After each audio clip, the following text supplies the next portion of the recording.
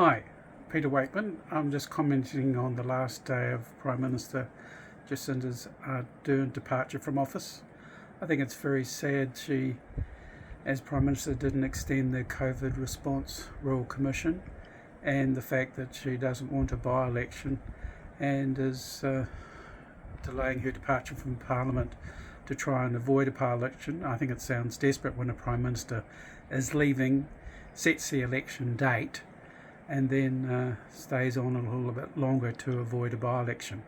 And I just think democracy has been lost for some time with respect to having an MP that can represent you and having a government that can represent the public. And the reason I believe the Prime Minister security is so serious situation is because the public have been concerned about vaccination situations with the data that continually comes out. And if it's a matter of life and death, people get very desperate. With respect to the new Prime Minister, Chris Hipkins, I wish him well, but if he wants to reduce our lower costs of living, I think having support and sanctions with America, sanctioning Russia when 15% of our oil came from Russia before, and we've closed Marsden Point. National Labour don't appear to be any different on the policy of closing Marsden Point, which is already underway. I believe our cost of living has the consequences of relying on foreign oil, and if we don't have cheap oil, our inflation rate is going to run away. The EV credit, if you buy a Tesla or a vehicle below $80,000 is fine for the people who can afford to do that, but the people who can't, the price of fuel is critical, enabled them to be able to afford to get to work. The cost of living is exaggerated by New Zealand having most of its cost offshore, like fuel, and the number of imports that we have, like machinery, to function as an economy. I believe Prime Minister Hipkins needs to withdraw intelligence support on the Ukraine situation in New Zealand to go back to being an independent country.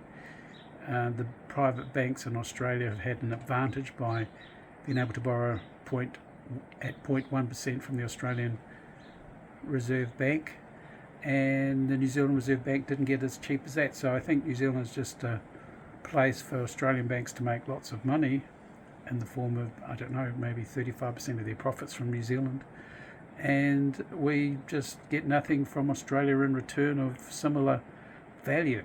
And banking creating money from nowhere is quite an effective business, especially if customers can be bailed in to the bank if it fails.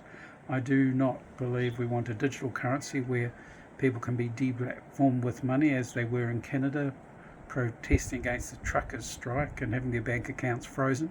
I think our human rights are under threat, and the spy agencies, in my view, seem to be leading the way with their technology of what they can do, whereas the people who have elected politicians seem to be coming more and more at arm's length. I can remember when Muldoon was the Prime Minister, it was like the people were with him when he talked to government departments and talked about the decisions, and now it seems our politicians are with the spy agencies and big tech, and the voting public of New Zealand are not represented.